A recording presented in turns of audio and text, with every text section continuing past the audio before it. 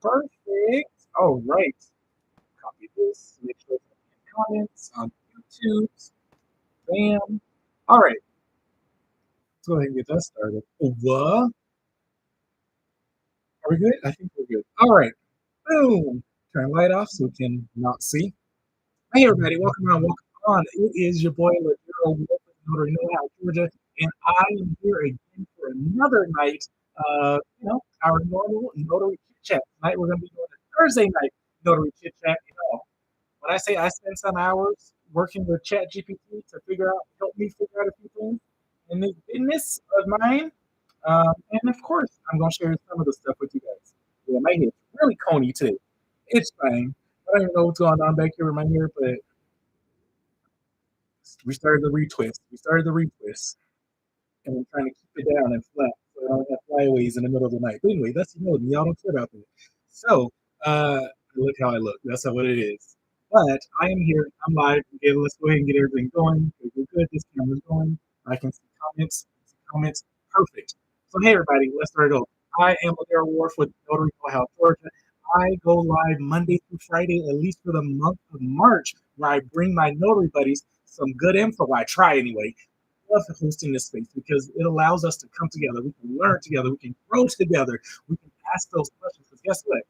No question is a dumb question. That's not true. The only question that's a dumb question is a question that you never ask, right? So, again, welcome in. I'm happy to be here. I'm happy to have you guys here as well. And a few things we're going to be talking about tonight. I'll say this, and then I'll get into like the random housekeeping stuff, right?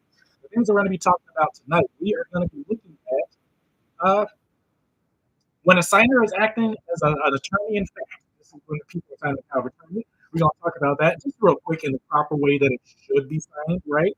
And also, I spent some time with ChatGPT. That's kind of why I'm running a little bit late. But I spent some time with that program trying to like dig into my business, and I came up with it.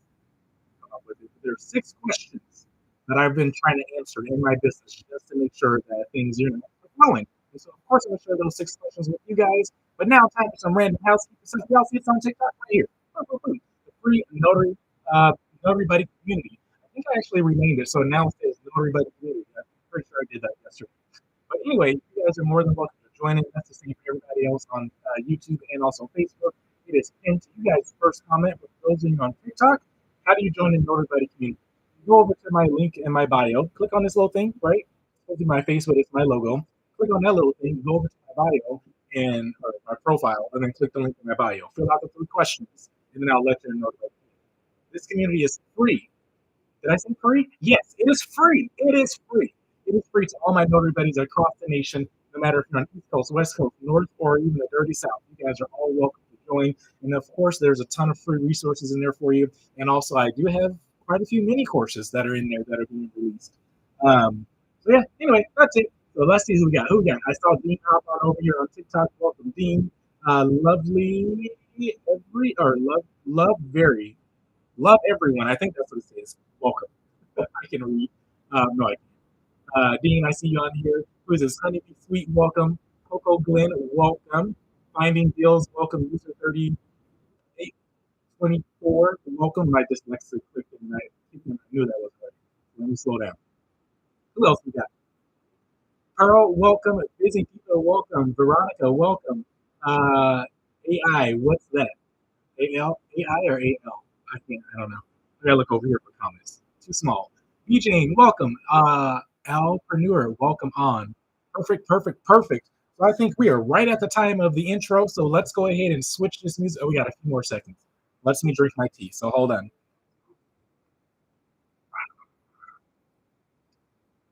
I've been talking, y'all. I've been busy today.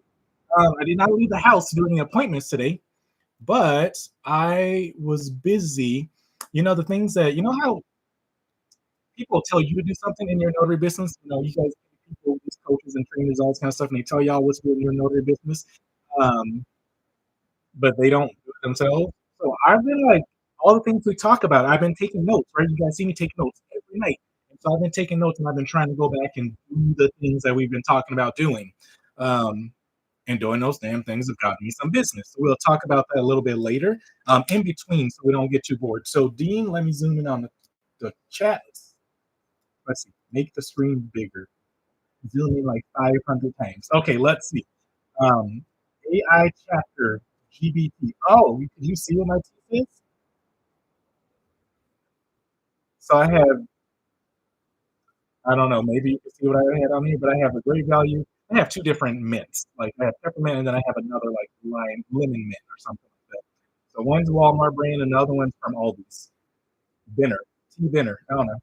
Is that what you're asking? Oh, Chat GPT. Oh my gosh. Apparently I don't know what's going on in my own brain. But yeah, I've been spending some time with Chat GPT today. After our call, Dean, after our call, I'll show you guys how I structure my day. Then we'll get into the thing. Right? This is how I'm trying to structure my day. Hey, Miss Dion. Why do I always say Dion? It's Dion. I know that. But this is how I structure my day.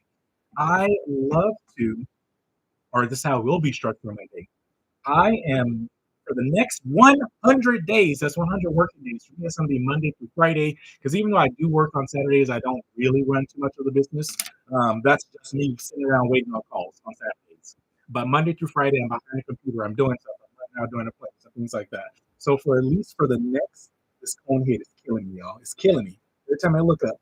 At least for the next 100 days, I am. I'm taking this play from Alex Ramosi. He's one of the mentors that I've been following for years. But what I'm going to be doing is 100 of somethings, right? So for the next 100 days, I'm going to do the play of it's 100 by 100. So for the next, so what does that mean? I have to still figure out exactly what I'm going to be doing, but at least I'm going to say I'm going to work on marketing that day for my business, or it's not going to be that day. I'm efficient. I'm quick. But whatever it is, I will have to do 100 of those things, right? So if I'm going to be working on marketing, and let's just say the very baseline marketing for me is creating like the words the copy, right? The text I'm going to be using, also the images. I spend 100 minutes, uninterrupted minutes, 100 uninterrupted minutes getting that done. Which means my phone goes into work mode. If people call out, I unfortunately miss it. I do have a system and they'll, immediately text them back and say, hey, sorry we missed you, blah, blah, blah, blah. But the best time for me to do that is when I wake up at 6, 7 in the morning, right? Because I don't open until 8 or 9, or even 10, depending on the days. Because I like to give myself a sliding schedule before I open. No bark. Um, so I'm going to be doing that. Like if I'm going to work on marketing, I'm going to work 100 minutes on marketing. If I'm going to be sending out emails for marketing, I'm going to send out 100 emails. I'm not going to make 100 phone calls. That's just something I ain't going to do. I'm not going to lie to y'all. I'm not going to do it. Will it make me money? Probably. But other things I'm looking at doing is, okay, if I'm doing 100 minutes of research for my business, like looking for clients, I'm going to do 100 minutes of that. I'm going to write 100, like I'm going to send out notes or what do you think called? Marketing flyers. I'm going to, sign 100 of these. I'm going to print out 100 and send 100 of those. So for the next 100 days, I'm going to do the 100 by 100. So we'll see how that turns out. We'll see how that turns out. But that's how just letting you guys know. That's something random that I'm structuring. However, on the other side of things, let's see. Hey, Butterfly, how's it going? Happy Thursday. Don't be ignoring me if I call. I may be in an emergency. We'll see. We'll see. Dion, I know you can make them 100 phone calls. I know, I can do it. You can do it. But yeah, I just know I'm not at that point where I would say comfortable. Because look, if I was in a business that relied on making phone calls, I would, right? So if I was a business that was marketing Google Business Profile Services, y'all know we all get those phone calls. Like, oh, you are not showing up on Google. My ass, I'm not. Like I am. You just want money from me. Just tell me that, right? If I worked in that kind of business, I got a random hair in my eye. There it is. If I worked in that type of business, then I'd be making phone calls. But I don't know. Like my business right now is not built on that. When I get more time flexibility, maybe I'll do that, right? Maybe I'll do that. Make those phone calls. But yeah, I'll see what my 100 by 100 play looks like, and I'll keep you guys up to date for sure. What's GBP? I don't know. What's GBP? I'm joking, y'all. Google Business Profile. So yeah, if I'm working on my Google Business Profile, I need to spend 100 minutes, uninterrupted minutes, working on my Google Business Profile. But I know I'm a lot faster than that, so I throw Google in there, I throw Yelp, I throw Bing, also I throw Apple Maps. I have a look on my desk and see my notes. So I have 100 minutes to get that done, especially if I'm doing it in the middle of my workday. So that means I got to take an hour and 40 minutes and just disconnect completely. Social media, my phone, all that kind of stuff. Well, I can't do 360 days. I can only do for a 100-day sprint. We'll see how that works. Even though that's a lot, right? It's a little bit over 3.5 months or something, or yeah, 3.5 months, something like that. 3 months and 10 days. Probably 8 days, depending on if the month has 31 days in it or not. But anyway, so yeah, what was it we were talking about? So first of all, if y'all have questions, if I didn't say this, Facebook or YouTube. Hey Lisa, how's it going? Hey Lisa, and everybody else I didn't say, but y'all have to let me know that you're here. I see people watching, but the other two platforms do not tell me who you guys are, which is weird, right? Let me know what you guys are doing, and also TikTok, let me know where you guys are tuning in from. But real quick, power of attorney. So this is coming out of our Georgia handbook, and I'm pretty sure I was looking at the language. I think I finally got it. Why Georgia language? Sometimes our language, our Georgia Notary Handbook conflict. I don't know how I didn't pick this up before, but they get a lot of their information from the American Society of Notary. I don't know. It's ASN. So that's where they get a lot of their information from. What is it called? So I know for sure. American Society of Notaries. Yeah. And I think they just copy and pasted a lot of stuff because now it makes sense why it conflicts and doesn't always, make sense. Makes sense. So I'm like, come on, y'all got to be better. But again, I'm still out of the 13th edition. As soon as they put the 14th out, I'm going to order it so I can see what updates are made. But at least they give us something. So, chapter 13, nope, that's not chapter 13. Chapter 12, under challenging notarizations, page 74, there's a whole section about when a signer is acting as an attorney in fact. We are looking at that, and a lot of the attorney in fact is essentially just for us, it's going to be power of attorney, right? When somebody's getting their power of attorney documents notarized. This is just, I'm going to read you guys a quick little snippet. I'm going to summarize it because I've been seeing this a lot. And when people sign, like when documents are signed, at least for us out here in Georgia, I don't know how the rest of y'all do it, but there's a specific way that the person who's been granted authority, the agent, if you will, there's a specific way that that person must sign. Let me back the whole train. So a power of attorney, a POA, that's something that we notarize for people. I know some of y'all states out there can't do it. Some of y'all cannot do this, but at least we can out here in Georgia. You cannot notarize power of attorneys and things like that. But you weirdos. But we can out here in Georgia, and a lot of other states can as well. So whenever we're looking at power of attorney, we're going to have at least, depends on who drafted it, what it can, where it comes from. There's going to be at least two people involved. There's going to be the person who's given the authority. They're going to be known as the principal, right? They're going to be known as the principal. And there's going to be the person who is receiving the authority. They're going to be known as the agent, the attorney in fact, the power of attorney. I know people use that, but that's technically not the right phrase, but you will hear that. I am power of attorney for my mother. You're an attorney in fact for your mother. You're an agent for your mother, right? But we use them interchangeably. So there's going to be at least two people involved. You're going to be the person that's giving the power and then the person that's receiving the power. And depends on the type of document, who drafted it. There may be additional like backup people. So just say the person who, let's just say, mom name is Mary. Mary is either she's getting ill or whatever the case may be, or she's going to be out of the country, and there's documents that need to be signed and things like that. So she's going to give, let's just say, her daughter, because it's usually the situation always. I'm going to hospitals, assisted living facilities. It's always normally the parents giving their child or somebody else that they trust power to sign on their behalf because their mental state may be slipping, their health may be slipping, right? And so we have the mother who's married, mother Mary. We have Mary, right? She's a mom, and she is going to be known as the principal. And so Mary is going to be giving her daughter, what's her daughter's name going to be? I'm trying to look around the room so I can remember things. Let's call her Sarah, right? I think I can remember Sarah. So we're going to have Mary give Sarah the power of, give her a power to act in her stead, to sign as if she was her, to access all her stuff and do life, whatever Sarah needs to do, right? For Mary, for Mother Mary. So now that we have that out of the way, so Sarah is going to be the attorney of fact. She's going to be the agent. She's going to be the power of attorney, right? And so that's what we're going to be looking at.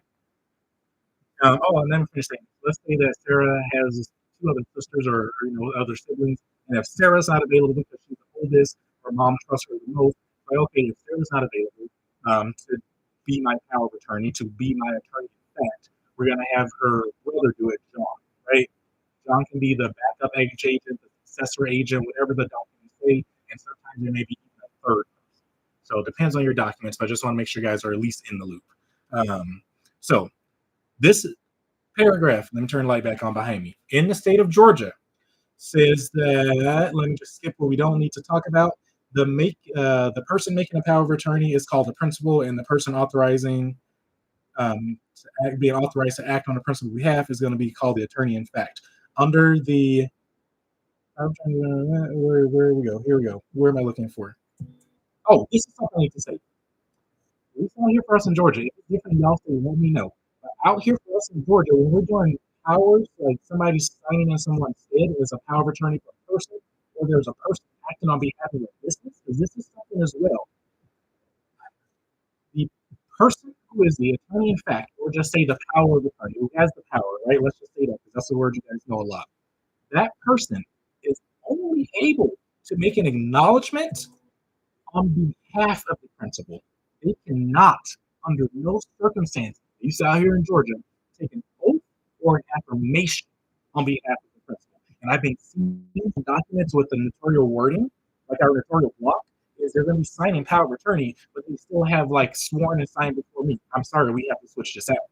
This is not going to work, right? Depending on where we got the documents from, I may reach out and say, hey, can you guys fix this and send me a new one? If not, I'm going to draw a line through it because I don't like to do a ton of attachment. I have my stamps. I will put the correct stamp on it, right? And I know some people are like, you can't tell people what to use. I know my Georgia notary law, right? And so therefore, a person cannot take an oath on behalf of another person, right? It doesn't work that way. Nor can they do that for their business. That's why I see it the most. There's always people, especially with translations, are taking oaths on behalf of the business. You can't do that. You cannot do that. The business cannot take an oath on behalf of itself because the business does not exist as a natural person. A natural person must be the one that's taking an oath or an affirmation on behalf of themselves, not on a third party, on behalf of a third party. So make sure y'all know that, because if your state says something different, let me know, right? I would love to know. But at least out here for us in Georgia, you can't do that. So it says, continues, the notary's responsibility in these situations, it is not our responsibility to verify those documents or to see the the power of attorney to verify that the attorney, in fact, actually has the right to sign for that person. I personally don't like that, but again, we always go by what the law says, and then we go by what Ladero does, right? It's simple for me. There may be a case study doing again. Again, I may just like simply ask, like, hey, what do we say? Sarah is like, hey, Sarah, do you have power of attorney to sign for your mom? She can be lying, right? They can be lying to me, even if she shows me the document that she does have power of attorney to sign on behalf of her mother, Mary. That could have been. They could have done another one. They could have done like Sarah could have been taken out. She's like, her mom's like, nope, I don't want you to do anymore. Let's go ahead and use John, right? Let's go ahead and use John the Baptist. I'm joking. We got Mother Mary. We have John the Baptist. Got them all up in here, right? Let's go ahead and use John as my power of attorney, like my attorney in fact. I wouldn't know that, right? And so therefore, that's why, at least for us here in Georgia, we don't have to dig into it because we don't know if it's valid or not. It could be dated yesterday, but they could have re-signed a new one today. There's no way that we're gonna know that. So yeah. Hold on, y'all gotta come real quick, real quick. I left water running because I was watering my plants and I forgot to turn it off. So hold on, give me a second.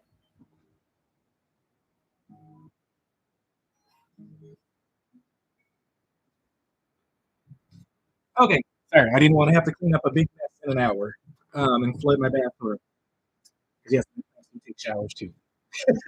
So the next thing, what did I say? We don't have to double check. We don't have to, But for me, at least with my like in my notary journal, I will ask and I will just notate it. Right? I'm like, hey, you gotta show me documents. I just want to make sure. Sarah, you were saying that you do have power. You do have the right. You've been a what is? Oh my gosh, you've been authorized on your mother's behalf to sign for it, right? And I just notate that in my journal, right? I ain't got to see a document. Let me see what y'all other people are saying. Um, oh, you guys are helping me out with names. Okay, cool. If I forget names, just help me keep me straight. Signature style. That's good. That was a main point. That's the only thing I want to talk about. Number three for us, signature style. It is the responsibility of the signer, who is the attorney in fact, to sign I'm going to say their name because everything is written in the form of he in our book. Drives me crazy sometimes. To sign their name and state the capacity in which he or she is signing, right? The most common format, I should have written this down for you guys so you can see it. But the most common format is going to be their name. So let's say it's going to be Sarah Doe as attorney in fact for Mary Doe, right? So that's her mom. So that's going to be the most common format. So again, it's going to be the person's signature. Well, it doesn't say specifically in here, but normally they will sign John Doe and they will print attorney in fact for Mary Doe, or it was Sarah Doe, right? So anyway, that's how it normally goes. Another format that I've seen it in is, hold on, I did write this down. Where? Another format that have seen it in is, I lied. I'm trying to get to my email, and I had to close all this stuff down before we started, so I could actually have CPU space, whatever the hell it's called.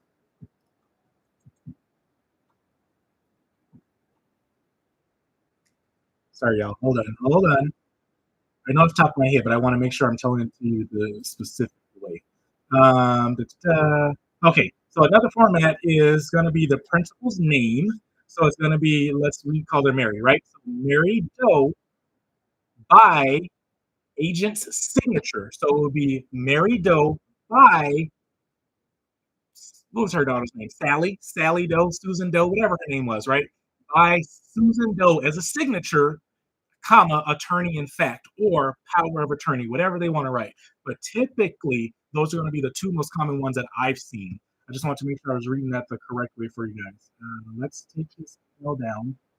I got to keep my email open. I'm sorry. I'm waiting for a response from people. Hey, Miss Mumpy, how's it going? How is it going? So yeah, I just wanted to make sure that you guys are like, how do you do that, Sarah? Thank you, Dean. I'd be forgetting names left and right.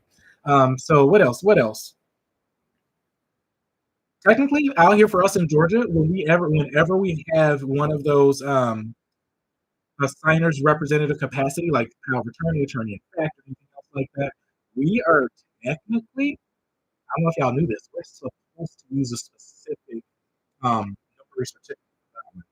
So if y'all want to see what that looks like, it's on page 46 of our notary handbook, or you can go over to the Georgia's website, the Coach Authority website, and look up notary forms and look at the certificate, and it is titled Acknowledgement Certificate for Attorney in Fact. That's the one we're technically supposed to use.